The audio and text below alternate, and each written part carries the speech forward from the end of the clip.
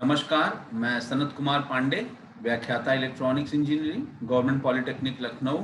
Wireless and mobile communication system की इस video श्रृंखला में एक बार फिर से आप सबका स्वागत करता हूं। आज के लेक्चर में हम लोग इस सब्जेक्ट की यूनिट 6 जो कि डिजिटल एंड डेटा कम्युनिकेशन पे बेस्ड है, इसके बारे में डिस्कशन करेंगे, जो कि इस यूनिट का लेक्चर नंबर 4 होगा। तो आइए स्टार्ट करते हैं। आज के लेक्चर में हम लोग basically different types of the IEEE 208 standard जो कि कंप्यूटर नेटवर्क के लिए डिजाइन किए गए हैं, उनके बारे में डिस्कशन करेंगे। लास्ट टर्म में हमने देखा था कि हमें डिफरेंट डिफरेंट डिवाइसेस के बीच में, डिफरेंट कंप्यूटर सिस्टम के बीच में कम्युनिकेशन इस्टेब्लिश करने के लिए, नेटवर्क इस्टेब्लिश करने के लिए बहुत सारे कुछ सेट ऑफ रूल्स की जरूरत होती थी।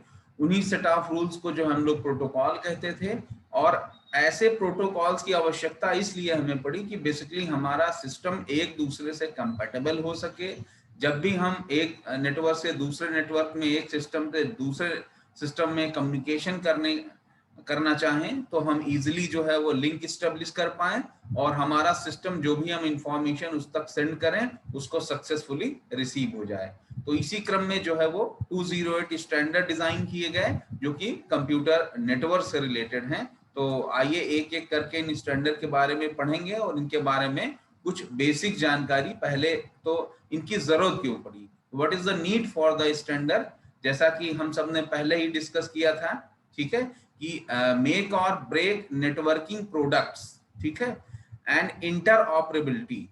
जैसे ही हम डिफरेंट डिफरेंट नोड्स के बीच में, डिफरेंट सिस्टम के बीच में आपस में जो है वो लिंक स्टेब्लिश करने का प्रयास करते हैं, तो क्या होना चाहिए, सिस्टम में इंटरऑपरेबिलिटी होनी चाहिए। मतलब एक डिवाइस के द्वारा भेजा गया सिग्नल उस फॉर्मेट में हो जिसको दूसरा डिवाइस हमारा इजिली क्या हो, रिसीव कर सके। जैसे मान लीजिए दो व्यक्तियों के बीच में कम्युनिकेशन हो रहा हो, एक जो है वो रसिया से बिलोंग करता हो, एक इंडिया से बिलोंग करता हो, और दोनों अपनी मदर टंग का यूज कर रहे हो, ठीक है। इंडियन है तो जाहिर सी बात है हिंदी में बात कर रहा होगा, और रशियन है तो अपनी रशियन लैंग्वेज में बात कर रहा होगा।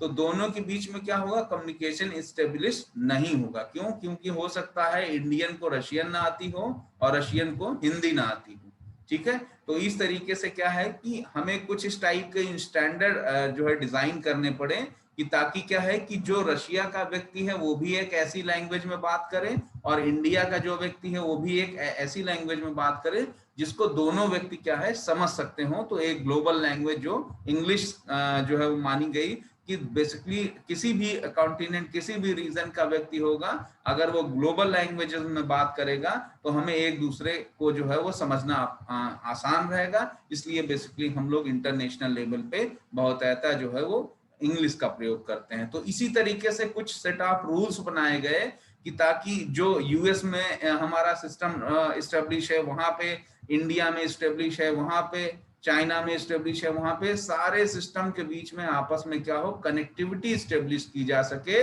और आपस में इजिली कम्युनिकेशन किया जा सके।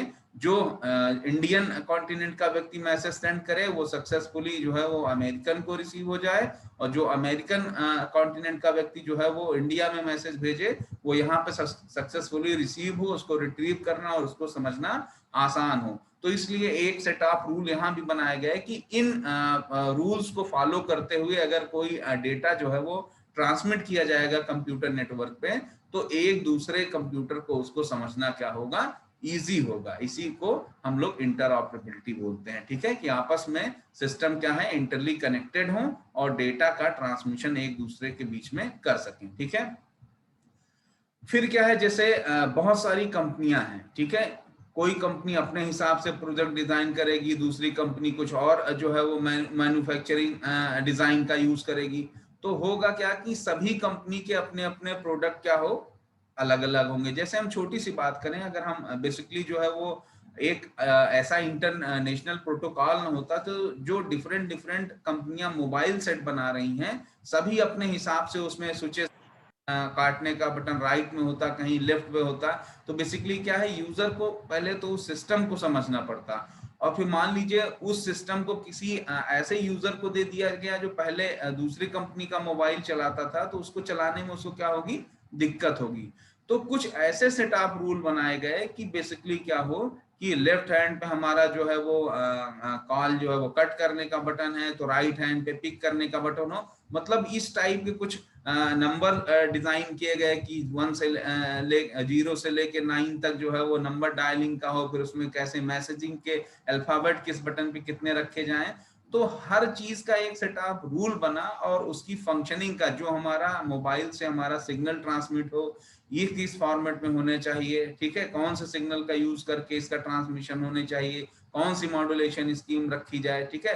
तो इंटरनल जो इसका हार्डवेयर है और सॉफ्टवेयर है उसको तो मान लीजिए आप लोग डेवलप करके, हर कंपनी जो है अपने कुछ स्पेसिफिक जो है प्रोग्राम डेवलप करके अपने डिवाइस को जो है वो ऑप्टिमाइज करने का प्रयास करती है ताकि बैटरी बैकअप ज्यादा हो, उसकी स्क्रीन की विजिबिलिटी अच्छी हो, ये सब तो कर सकते हैं। लेकिन जो उसका मूल उद्देश्य है कि डेटा का ट्रांसमिशन हो, इंटरनेट जो है आपको यूज करना हो, ठीक है, तो उससे वॉइस कॉल करना हो, वीडियो कॉल करना हो, तो इन सब की जो फंक्शनिंग हो वो तो उसकी कॉमन हो।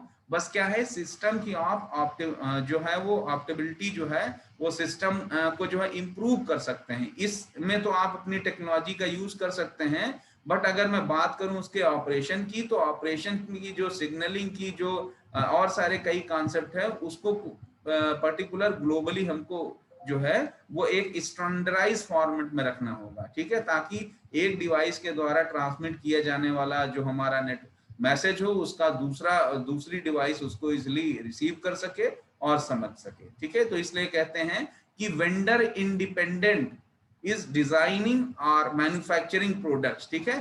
तो कुछ ऐसे रूल्स बनाए जाए कि हर वेंडर को क्या है उसी डिजाइन का प्रोडक्ट बनाना होगा, उसी हिसाब से जो है सिस्टम को डिजाइन करना होगा, ठीक है, ताकि उसमें एक ग्लोबली स्टैंडर्डाइजेशन हो सके और किसी भी कंपनी का प्रोडक्ट जो है यूजर के बीच में जो है उसको यूज करना इजी हो, उसके सिस्टम की जो नेटवर्किंग हो उसमें वो जो है उसकी जो परफॉर्मेंस हो वो अच्छी हो, ठीक है। तो इस तरह से बेसिकली जो है हम लोग अपने सिस्टम को ग्लोबलाइज करते हैं, ठीक है। should have a common ground where manufacturers obey the standardization। एक common ground, एक common platform जो है इस तरीके से establish करने की जरूरत है जिसके द्वारा क्या है different type के standard डिजाइन किए जाएं और उन स्टैंडर्ड को यूज करके डिफरेंट जो हमारे प्रोडक्ट मैन्युफैक्चरर हैं, वेंडर है, वो सब क्या करें, उन्हीं स्टैंडर्डाइज जो हमारे रूल्स है उनको फॉलो करते हुए वो प्रोडक्ट को डिजाइन करें और उसकी मैन्युफैक्चरिंग करें। लिस्ट ऑफ स्टैंडर्ड की बात करें तो कम्युनिकेशन पॉइंट ऑफ व्यू से अगर हमको दो कंप्यूटर के बीच में या दो सिस्टम के बीच में अगर डेटा का ट्रांसमिशन रिसेप्शन करना है, उनके बीच में कम्युनिकेशन लिंक स्टेब्लिश करना है, तो बेसिकली जो ऐसे तो कई सारे जो है स्टैंडर्ड बनाए गए, लेकिन जो दो बहुत पॉपुलर स्टैंडर्ड हुए, ठीक है, जैसे शुरू में क्या हुआ कि डिफरेंट कॉन्टिनेंट में अलग अलग कंट्रीज में क्या है अलग अलग ऑर्गेनाइजेशंस ने काम किया और अपने सेट ऑफ रूल बने। जैसे शुरू में यूरोपियन कंट्रीज का बहुत ज्यादा जो है हस्तक्षेप रहा इन सब चीजों में, फिर अमेरिकन आए और फिर चाइनीज कंपनियां भी इसमें काफी हद तक जो है अपना जो है वो योगदान इनका रहा। तो बेसिकली है क्या कि जिस रीजन में बेसिकली स्टैंडर्ड डेवलप हुए और सबके अपने अपने कुछ ना कुछ जो है स्पेसिफिकेशंस थे, तो उन सारे स्टैंडर्ड्स में से जो दो ऑर्गेनाइजेशन है जिसको हम लोग ISO international organisation of standardisation and IEEE institute of electrical and electronics engineers, basically IEEE क्या है कि जो हमारे कम्युनिकेशन से लिंक, क्योंकि इसका नाम ही है इलेक्ट्रिकल एंड इलेक्ट्रॉनिक इंजीनियर, तो जो कम्युनिकेशन से रिलेटेड प्रोटोकॉल है, स्टैंडर्ड है, उसको डेवलप करने में IEEE का बहुत बड़ा योगदान रहा है। फिर लास्ट टाइम पे जैसे हम लोगों ने जो है OSI मॉडल देखा था, तो बेसिकली उसको ISO द्वारा जो है स्टैंडर्डाइज डेवलप किया गया था, ठीक है। तो इन दोनों का आपको नाम भी याद रखना है कि ISO stand for the international organisation of standardisation and IEEE stand for institute of electrical and electronic engineer, ठीक है। तो बेसिकली इन दोनों ऑर्गेनाइजेशन के द्वारा जो प्रोटोकॉल जो सेट ऑफ रूल बनाए गए वो क्या है कम्युनिकेशन, मतलब नेटवर्क कम्युनिकेशन की बात करें, इंटरनेट यूज करके जब हम कंप्यूटर के बीच में डेटा को ट्रांसमिट करते हैं, तो वहां इन दोनों जो ऑर्गेनाइजेशन हैं इनके द्वारा एस्टेब्लिश किए गए रूल बहुत महत्वपूर्ण है। और इनका काफी योगदान रहता है डेटा कम्युनिकेशन में। तो आइए एक एक करके हम देखते हैं। सबसे पहले आईएसओ के द्वारा जो है वो डिजाइन किया गया। आईएसओ है क्या कि बेसिकली इसके द्वारा ओएसआई मॉडल डेवलप किया, जो हम लोगों ने लास्ट टाइम पे देखा था कि 7 लेयर का एक मॉडल डेवलप किया गया। उसमें डिफरेंट लेयर थी, एप्लीकेशन, डेटा लिंक लेयर, फिर सेशन लेयर, प्रेजेंटेशन लेयर, तो बहुत सारी ऐसी लेयर थी। ठीक है, उन 7 लेयर को यूज करके हम क्या करते थे, अपने डेटा को जो है इस स्टैंडर्डाइजेशन के अकॉर्डिंग एक फ्रेम करते थे कि हमारा डेटा क्या है, सक्सेसफुली एक नोड से दूसरे नोड पर कम्युनिकेट हो सके। ठीक है, और एएनएसआई जो बेसिकली इस समय इस फील्ड में काम कर रहा है, ठीक है, जो कि आपका एक अमेरिकन जो है वो ऐसा ऑर्गेनाइजेशन है, ठीक है, जो कि एक हम कहते हैं कि ये बेसिकली ओएसआई का ही जो है एक पार्ट कह सकते हैं इसको। ठीक है, तो OSI model is developed by the ISO for networking. ठीक है, OSI model ISO international standard organisation के द्वारा डेवलप किया गया, जिसको हम लोगों ने लास्ट टाइम पे डिस्कस किया था। और ANSI is the member of ISO. ANSI एक ऑर्गेनाइजेशन है, ठीक है, और बेसिकली ये आईएसओ का ही एक पार्ट कह सकते हैं। ठीक है, develops standard from programming language to disk drive, जिसने जो है वो डिस्क ड्राइव के लिए जो है वो प्रोग्रामिंग लैंग्वेज को जो है वो डेवलप किया। ठीक है, फिर यहीं पे हम बात करते हैं IEEE सोसाइटी की। तो IEEE सोसाइटी, जैसा मैंने बताया कि नेटवर्किंग के रेफरेंस में इसने बहुत सारे जो है वो रूल्स फ्रेम किए, जिसको हम लोग प्रोटोकॉल के नाम से जानते हैं। तो IEEE society has more then 3 lakh member.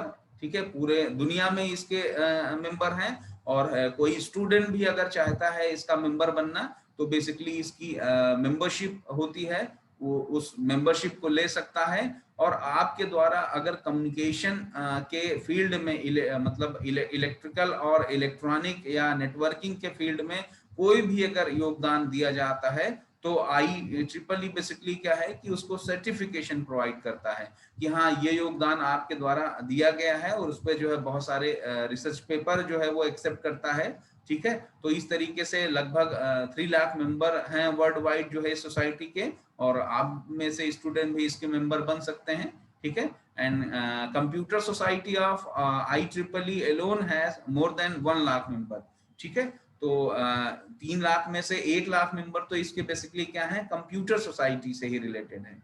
ठीक है, तो आप लोग चाहे अपना योगदान जो है वो अगर नेटवर्किंग के फील्ड में कुछ देना चाहते हैं, कुछ नया आइडिया, कुछ नया कॉन्सेप्ट आपके पास है, तो आप लोग IEEE से उसको शेयर करते हैं, और IEEE उसको रिकॉग्निशन देता है। और फिर अगर आपका मॉडल जो है वो अच्छा परफॉर्म कर रहा है, तो बेसिकली बहुत सारे कंपनियों के साथ जो है IEEE का जो है टाई अप करके वो जो है बहुत सारे ऑर्गेनाइजेशन ऐसे हैं जो IEEE के द्वारा जो है रिकॉग्नाइज कॉन्सेप्ट पे जो है वो काम करते हैं, और नए नए जो है वो मॉडल डेवलप करते हैं। ठीक है, तो इसी फील्ड में अगर हम बात करें, तो कम्युनिकेशन के पॉइंट ऑफ व्यू से जो है IEEE 802 स्टैंडर्ड जो है वो बहुत पॉपुलर हुए, और IEEE 802.2 से 802.5 जो है वो लैन स्टैंडर्ड हैं, जो कि वायर्ड लाइन के लिए डिजाइन किए गए, जिसके माध्यम से हमारे कई सारे कंप्यूटर आपस में एक दूसरे से कनेक्ट रहते हैं, और हम उनके बीच में डेटा का ट्रांसमिशन कर पाते हैं। ठीक है, इसी में एक पॉपुलर मॉडल है 802.1, जो बेसिकली ब्रिजिंग के लिए यूज किया जाता है कि कई सारे जैसे हमारे लैब में कंप्यूटर रखे हैं, और हम उनको आपस में कनेक्ट करने का प्रयास करते हैं। ठीक है, तो हमारे पास बेसिकली एक ब्रिजिंग जो है वो IEEE स्टैंडर्ड 802.1 के थ्रू इसको हम यूज करते हैं। ठीक है, जैसा कि आप डायग्राम में देख पा रहे हैं कि आपके पास कई सारे कंप्यूटर्स हैं। ठीक है, इन कंप्यूटर्स को जो है क्या है कि आपस में कनेक्ट करें, और इनके बीच में अगर जब हमें डेटा का ट्रांसमिशन करना हो, तो बेसिकली कई टाइप की टोपोलॉजी होती हैं जिनके द्वारा हम इन दोनों को आपस में कनेक्ट कर सकते हैं। ठीक है, जैसे बेसिकली हम आपस में अपनी जो है वो कम्युनिकेशन के लिए हम अपनी फ्रेंड सर्किल में जो है बातें जो है वो लिख कर मोबाइल के माध्यम से या किसी कई सारे कम्युनिकेशन के जो माध्यम है उनसे शेयर करते हैं। तो उसी तरीके से बेसिकली क्या है कि कंप्यूटर के बीच में जैसे एक पर्टिकुलर कंप्यूटर नंबर 1 है, उसके सीपीयू में कोई डेटा है और हम उसको फेच करना चाहते हैं कंप्यूटर 4 से, तो बेसिकली ये भी सब पॉसिबल है अगर हमने लेन से अपने सिस्टम को कनेक्ट कर रखा है। ठीक है, तो बेसिकली यहाँ पर जो नेटवर्किंग है बहुत यूजफुल होती है इस रेफरेंस पॉइंट ऑफ व्यू से कि एक दूसरे कंप्यूटर को जो है वो कनेक्ट करने के लिए, और बेसिकली हमें कुछ स्टैंडर्ड की जरूरत पड़ती है, तभी हम उन्हीं स्टैंडर्ड को अगर फॉलो करते हैं तो ये हमें, जैसे फर्स्ट कंप्यूटर मान लीजिए कोई एक स्टैंडर्ड प्रोटोकॉल फॉलो कर रहा है और दूसरा कंप्यूटर जो है उसके साथ कनेक्ट हो रहा है, अगर सेम प्रोटोकॉल के थ्रू नहीं आपस में कनेक्ट रहेगा तो क्या होगा, डेटा का ट्रांसमिशन नहीं होगा। ठीक है, इसलिए बेसिकली हम कुछ ऐसे रूल बनाते हैं कि उस रूल को फॉलो करते हुए डिवाइसेस आपस में कनेक्ट होंगी, तभी डेटा का ट्रांसमिशन एक दूसरे के बीच में हो पाएगा। ठीक है, तो 802.1 जो है वो ब्रिजिंग से रिलेटेड है।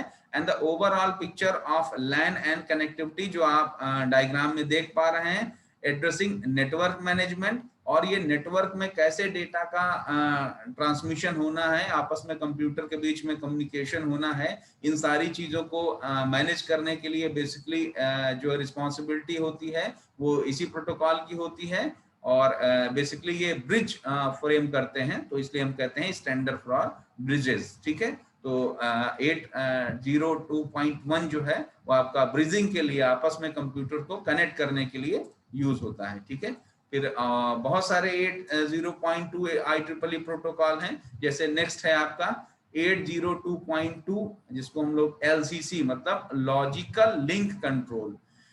जैसा हम लोगों ने लास्ट टर्म पे देखा था वो SI मॉडल में कि कई सारी लेयर थी, तो बेसिकली जो हमारा नीचे की 3 लेयर थी जिसमें physical layer, data link layer और नेटवर्क लेयर थी। ठीक है, तो बेसिकली यहाँ पे जो डेटा लिंक लेयर वाला आपका पोर्शन है वहां पे हमारा 802.2 लॉजिकल लिंक कंट्रोल प्रोटोकॉल काम करता है। और बेसिकली ये क्या है कि ये मीडिया एसेस कंट्रोल जिसको हम मैक लेयर के नाम से जानते हैं, और लॉजिकल लिंक कंट्रोल, इन दोनों को जो है वो बेसिकली डेटा लिंक लेयर पे इस तरीके से सेट करते हैं कि जैसे हमारा फिजिकल लेयर से कोई डेटा हमें, जैसे हमने देखा था कि बिट फॉर्मेट में हमें मिला, फिर उस बिट फॉर्मेट में हम मैक लेयर मतलब मीडिया एसेस कंट्रोल और डेटा लिंक कंट्रोल का यूज के कॉन्सेप्ट्स को यूज करते हुए इन प्रोटोकॉल्स को बेसिकली हम लोग अपने डेटा को एक जो है वो फ्रेम के फॉर्मेट में बनाते हैं, और इस हिसाब से उसका सेग्रीगेशन करते हैं कि हमारा जो आगे का जो नेटवर्क है उसमें हमारा डेटा जो है सक्सेसफुली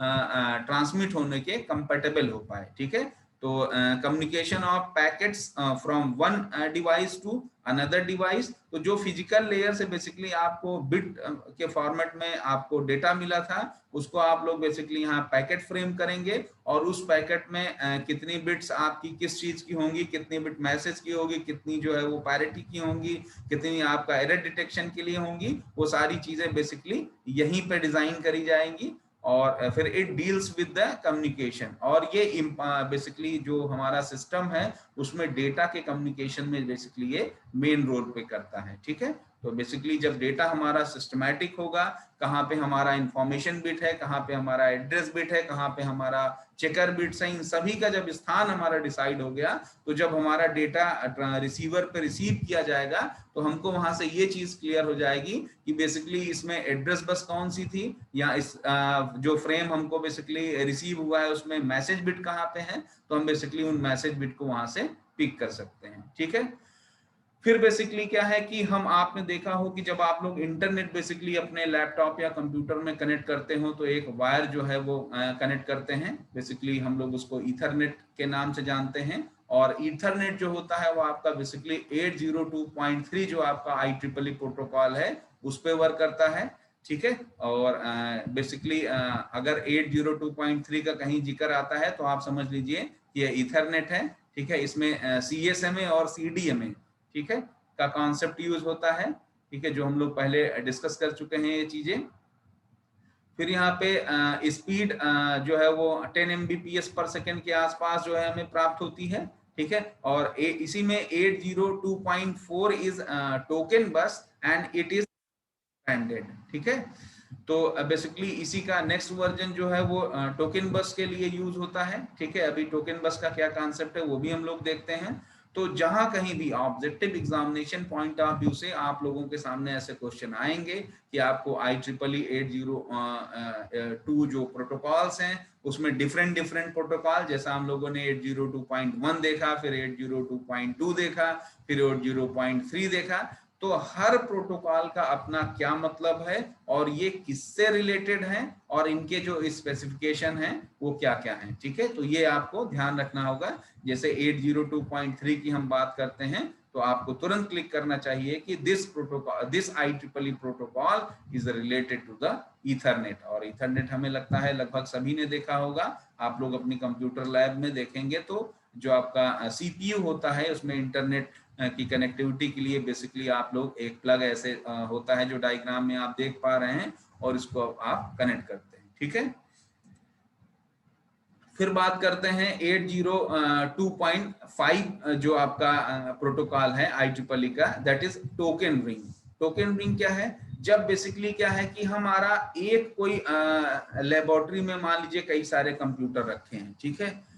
अब उसको हम किसी दूसरे लैब या किसी दूसरे डिपार्टमेंट के कंप्यूटर से हमको उसको कनेक्ट करना हो, ठीक है, तो उसको कनेक्ट करने के लिए क्या होगा कि दूसरे डिपार्टमेंट से पहले हमारी एक मेन वायर आएगा जिसको हम लोग मेन रिंग के नाम से जानेंगे, ठीक है। फिर इसी तरीके से उन सारे सिस्टम को पहले हम कहाँ कन्वर्ट करेंगे, कनेक्ट करेंगे सर्वर में, ठीक है। जैसा आप डायग्राम में अगर ध्यान से देखिए तो आप समझ पाएंगे कि मान लीजिए आपका वर्क स्टेशन है कोई, ठीक है, और ये आपका क्लाइंट है बेसिकली, ठीक है। तो इसको सबको अगर सिस्टम को हमें आपस में मल्टी स्टेशन SS यूनिट के थ्रू जो है कनेक्ट करना है, तो बेसिकली क्या है कि हमारे पास एक जो है सबसे पहले तो जो है सर्वर होगा, वो सर्वर कंप्यूटर से बेसिकली हम सारे कंप्यूटर्स को कनेक्ट करेंगे। और फिर जो आपका लोकल लेवल पे आपके कई सारे वर्क स्टेशन किसी लैब में रखे हैं उनको पहले हम किसी एक जो है वो राउटर से कनेक्ट करेंगे और इन सब को जो है ये हम सारे सिस्टम को जो है वो कहाँ कनेक्ट कर देंगे, अपने सर्वर से कनेक्ट कर देंगे। तो ये बेसिकली क्या है कि जो कनेक्टिविटी है बेसिकली इनको मेंटेन करने के लिए बेसिकली हमें टोकन रिंग का कॉन्सेप्ट यूज करना होता है। और इसके लिए कौन रिस्पॉन्सिबल होता है? 802.5, ठीक है। और यही इसको स्टैंडर्ड प्रोवाइड करेगा कि बेसिकली कैसे हम एक कंप्यूटर से दूसरे कंप्यूटर को कनेक्ट करके डेटा को शेयर कर सकते हैं, कैसे हमारा जो क्लाइंट कहीं पे कंप्यूटर है वो कैसे इसको एक्सेस कर सकता है, और सारे जो कंप्यूटर सिस्टम है वो सर्वर से कनेक्टेड होंगे। और इसमें स्पीड की बात करें तो 4 Mbps टू जो है वो 16 Mbps की स्पीड इसमें हमको मिलेगी। तो इस तरीके से हमने देखा कि कैसे हमारा 802.5 जो टोकन रिंग प्रोटोकॉल है वो वर्क करता है और कैसे ये बेसिकली कई सारे कंप्यूटर्स के आपस में जो है वो कनेक्टिविटी प्रोवाइड करता है। फिर नेक्स्ट है आपका 802.7 है, फिर 8 है, फिर 9 है, फिर 10 है। तो बेसिकली एट अ ग्लेंस हम यहाँ पर देख लें कि बेसिकली जैसे अभी तक हम लोगों ने 802.1 देखा, 802.2 देखा, फिर 802.3 देखा, 802.4 देखा, 802.5 देखा। तो इसी क्रम में जो है हमारा 802.7, 802.8, 802.9 और 802.10 क्या क्या वर्क करते हैं इनके बारे में भी हम समझ लें। तो बेसिकली हमारा जो 802.7 है वो broadband lane and it's withdrawn से रिलेटेड है, ठीक है। जब भी हम क्या है कि अपने सिस्टम को लेन से कनेक्ट करते हैं, ठीक है। अब लेन से कनेक्ट करेंगे इंटरनेट के लिए, ठीक है, तो ब्रॉडबैंड के से रिलेटेड जितने भी प्रोटोकॉल्स हैं बेसिकली वो IEEE 802.7 स्टैंडर्ड के द्वारा जो है वो गवर्न किए जाएंगे, ठीक है।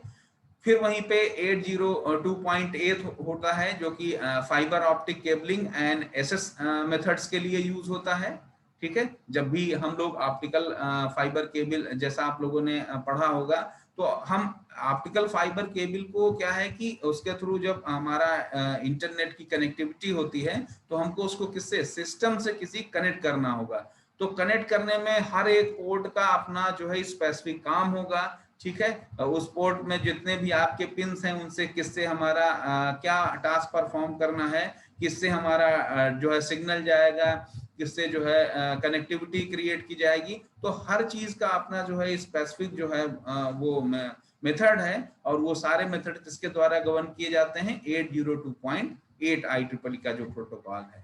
फिर वहीं पे IEEE 802.9 प्रोटोकॉल है, वो आपका voice and digital data integration से रिलेटेड होता है। जब भी हम सिस्टम पे कोई वॉइस या डिजिटल डेटा ट्रांसमिट करते हैं तो उसकी जो से रिलेटेड जो रूल्स होंगे, रेगुलेशंस होंगे, वो किसके द्वारा गवर्न किए जाएंगे, 802.9 IEEE प्रोटोकॉल के द्वारा, ठीक है। फिर नेक्स्ट है आपका IEEE 802.10, ठीक है। इसमें जैसा कि हम लोगों ने डिफरेंट अभी तक प्रोटोकॉल देखे, तो IEEE 802.10 जो है वो इंटर ऑपरेबल सिक्योरिटी के लिए यूज होता है, ठीक है। तो जब भी डेटा का ट्रांसमिशन हम करते हैं, कई सारे सिस्टम को आपस में कनेक्ट करते होंगे, और जब सारे सिस्टम आपस में कनेक्ट हो गए तो सबसे पहले जरूरी क्या है कि आपस में सिस्टम क्या हो, इंटर ऑपरेबल हो, ठीक है। मतलब एक सिस्टम का डेटा दूसरे सिस्टम के द्वारा एक्सेस किया जा सके या परमिशन प्रोवाइड की जा सके, या डेटा का ट्रांसमिशन एक सिस्टम से दूसरे सिस्टम पे हो सके। और यही दूसरी जो मेन रिक्वायरमेंट होती है कि डेटा का ट्रांसमिशन के दौरान सिस्टम की कनेक्टिविटी में सिक्योरिटी होनी चाहिए। ऐसा ना हो कि डेटा को हम एक नोड से दूसरे नोड पे भेज रहे हैं और बीच में कोई हैकर है, उसने डेटा को क्या ब्रीच कर दिया, ठीक है। तो डेटा को वहां से उसने मैनिपुलेट कर दिया, तो क्या होगा, जो हम मैसेज भेजना चाह रहे थे वो मैसेज ना जाके हमें कुछ दूसरा मैसेज मिलेगा। तो ये जो है वो कम्युनिकेशन के पॉइंट ऑफ व्यू से जो है बहुत हार्मफुल है। तो हम ऐसे सिस्टम में कुछ ऐसे IEEE प्रोटोकॉल को जो है वो डेवलप किए हैं जो कि सिक्योरिटी से रिलेटेड हैं, और उसमें आपका IEEE 802.10 जो है एक मेजर रोल प्ले करता है, ठीक है। तो इस तरीके से हमने बेसिकली कई सारे जो है वो IEEE प्रोटोकॉल को देखा। IEEE 802.11 जो आपका प्रोटोकॉल है वो वाईफाई से रिलेटेड है। जब हम अपने सिस्टम में, मोबाइल में जो है वो वाईफाई का यूज करते हैं, तो जो भी डेटा कम्युनिकेशन हमारा कनेक्टिविटी हो रही होगी दो सिस्टम के बीच में, वो किससे गवर्न होगी, IEEE 802.11 जो प्रोटोकॉल है, that is related to the WiFi, ठीक है। तो वायरलेस लैन और वाईफाई सर्टिफाइड जो आपके ये प्रोटोकॉल्स हैं, इनका यूज करके हम लोग बेसिकली जो है आपस में सिस्टम को कनेक्ट कर सकते हैं, ठीक है। इसी में आपने देखा था कि IEEE 802.11G और 802.11N, जब हम लोग वाईफाई पढ़ रहे थे तो बेसिकली इन प्रोटोकॉल के बारे हम लोगों ने वहां पे भी डिस्कशन किया था। फिर इसी क्रम में अगर हम लोग आगे जो है वो डिस्कस करें, तो हमारे पास 802.11A है, 802.11B है। तो all these are also related to the जो है वाईफाई और कनेक्टिविटी के लिए बेसिकली हम लोग इन IEEE प्रोटोकॉल्स को यूज कर सकते हैं। और इनकी स्पीड की बात करें तो 11 Mbps डेटा रेट होता है, ठीक है। और फिजिकली ऑपरेट्स एट 5 गीगाहर्ट्ज, ठीक है। और फ्रीक्वेंसी रेंज जो इनकी है 2.4 गीगाहर्ट्ज टू 2.4835 गीगाहर्ट्ज तक है। तो बेसिकली क्या है कि ये IEEE के जितने ये 802 समथिंग प्रोटोकॉल्स हैं, ये सिस्टम, मतलब जब हम बात करते हैं कंप्यूटर की कनेक्टिविटी, सिस्टम की कनेक्टिविटी ऑन द नेटवर्क, तो इससे रिलेटेड होते हैं। तो बेसिक जो नॉलेज आपको होना चाहिए इनके बारे में कि इनकी फंक्शनिंग क्या है, हर जो है प्रोटोकॉल 802 पॉइंट है, इसे इसका जो स्पेसिफिक है, स्पेसिफिसिटी है, वो क्या क्या है, ठीक है। स्पेसिफिक वर्क क्या है और किस किस चीज के लिए किस प्रोटोकॉल का क्या जो है वो काम होता है, ये आपको एक बेसिक नॉलेज इसकी होनी चाहिए, ठीक है। फिर यहीं पे 802.11D है और 802.11E है। तो ये ग्लोबल रोमिंग के लिए बेसिकली यूज होते हैं, ठीक है। तो global roaming for 802.11A and 802.11b है, ठीक है, जो कि मैक लेयर पर्टिकुलर सेट के लिए है, ठीक है। और 802.11e जो है आपका क्वालिटी ऑफ सर्विस को जो है वो इंश्योर करेगा, ठीक है। यहीं पे data, voice and video transmission से रिलेटेड ये सारे प्रोटोकॉल हैं, ठीक है। तो इसके भी आपको जानकारी होना चाहिए, ठीक है, कि कौन कौन से प्रोटोकॉल हमारे मैक लेयर पे बेसिकली वर्क कर रहे हैं। फिर 802.11g है, h है, i है, ठीक है। Extend the maximum rate of जो है 54 Mbps। तो जब रेट इनहेंसमेंट की बात आई कनेक्टिविटी में, तो हम लोगों ने जो है वो इन प्रोटोकॉल्स का यूज किया, ठीक है। 802.11h जो है वो transmit power control dynamic frequency selection के लिए है, और 802.11i जो है आपका वो सिक्योरिटी ऑफ द वैन, ठीक है, और की मैनेजमेंट ऑथेंटिकेशन के लिए यूज होता है, ठीक है। फिर आपका 802.11j के एंड एम है, ठीक है, जापानी एक्सटेंशन टू वाईफाई के लिए यूज है, और इसके यहाँ पर स्पीड हमको जो है 4.9 गीगाहर्ट्ज टू 5 गीगाहर्ट्ज तक मिलती है। और 802.11k जो है आपका बेसिकली वो रेडियो रिसोर्सेज मैनेजमेंट के लिए यूज होते हैं, और 802.11m जो है वो मेंटेनेंस ऑफ एग्जिस्टिंग डॉक्यूमेंटेशन के लिए बेसिकली ये यूज किए जाते हैं। फिर कुछ और प्रोटोकॉल हैं जो 802.11n हो गया, 802.11ac हो गया। तो 802.11n जो है आपका multi point multi input multi output, जहां ऐसे कॉन्सेप्ट यूज होंगे वहां इनका यूज होता है। यहाँ हायर स्पीड स्टैंडर्डाइजेशन हो जाता है up to the 600 Mbps, uses both 2.4 GHz and lesser band with the 5 GHz।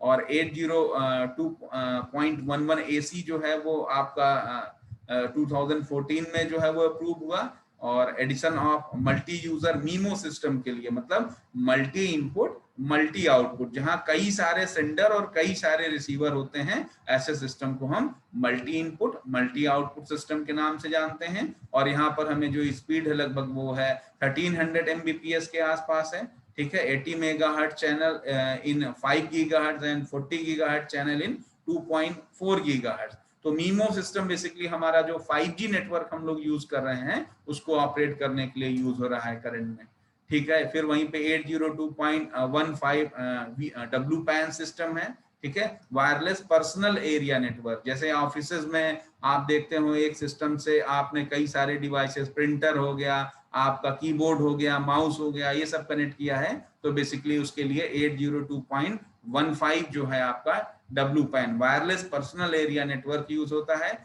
और इसमें बेसिकली 802.15.1 जो है वो ब्लूटूथ के लिए यूज होता है, ठीक है। और 802.15.3 है शॉर्ट रेंज हाई बैंडविड्थ, और UWB के लिए जो है वो यूज किया जाता है। और 802.15.4 जो है वो ZigBee और short range wireless sensor network के लिए यूज होता है। बेसिकली ये भी जो है आपके ZigBee और short range wireless sensor network क्या है, आपस में कनेक्टिविटी प्रोवाइड करते हैं। उसके लिए जैसे ब्लूटूथ के थ्रू कनेक्टिविटी हम यूज करते हैं, ये जो है टेक्निक्स भी जो है वो कनेक्टिविटी के लिए यूज होती है, ठीक है। और 802.15.5 जो है वो मेश नेटवर्किंग के लिए यूज होती है। मेश एक टाइप का सिस्टम है जिसके द्वारा हम सिस्टम को आपस में कनेक्ट करते हैं, ठीक है।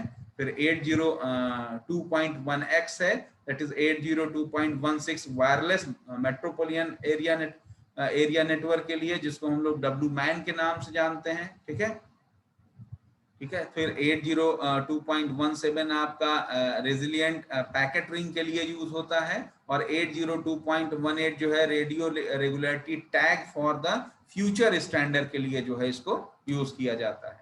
और फिर 802.2x है जो है कि 802.20 wireless mobility mobile broadband wireless SS के लिए है। बेसिकली जो हम मोबाइल सिस्टम में अपना में हम ब्रॉडबैंड यूज करते हैं, इंटरनेट यूज करते हैं, तो उनके लिए है। फिर 802.21 हैंड्स ऑफ के लिए है, इंटरऑपरेबिलिटी बिटवीन द नेटवर्क, जो हम कनेक्टिविटी बेसिकली प्रोवाइड करते हैं अपने हैंडसेट की, उसके लिए यूज किया जाता है। 802.22 वायरलेस रीजनल एरिया नेटवर्क के लिए है और 802.24 जो है आपका स्मार्ट ग्रिड टैग के लिए यूज होता है। तो इस तरीके से हम लोगों ने आज कई सारे जो है IEEE के स्टैंडर्ड का जो है वो अध्ययन किया है और देखा कि बेसिकली चाहे वो सिस्टम से सिस्टम कनेक्टिविटी, मतलब जो है कंप्यूटर से कंप्यूटर कनेक्टिविटी, कई सारे कंप्यूटर की कनेक्टिविटी, या कंप्यूटर से पेरिफेरल को कनेक्ट करने की कनेक्टिविटी, या मोबाइल से अपने सिस्टम को कनेक्ट करने की, या मोबाइल से मोबाइल को कनेक्ट करने की कनेक्टिविटी के लिए जो है हमारे पास बहुत सारे सेट ऑफ रूल्स हैं जिसको IEEE के द्वारा जो है वो डिजाइन किया गया है। तो आज के लेक्चर में हम लोग यहीं तक रखते हैं। नेक्स्ट लेक्चर में हम लोग कुछ और इंपॉर्टेंट कॉन्सेप्ट इस सब्जेक्ट के डिस्कस करेंगे। Thank you.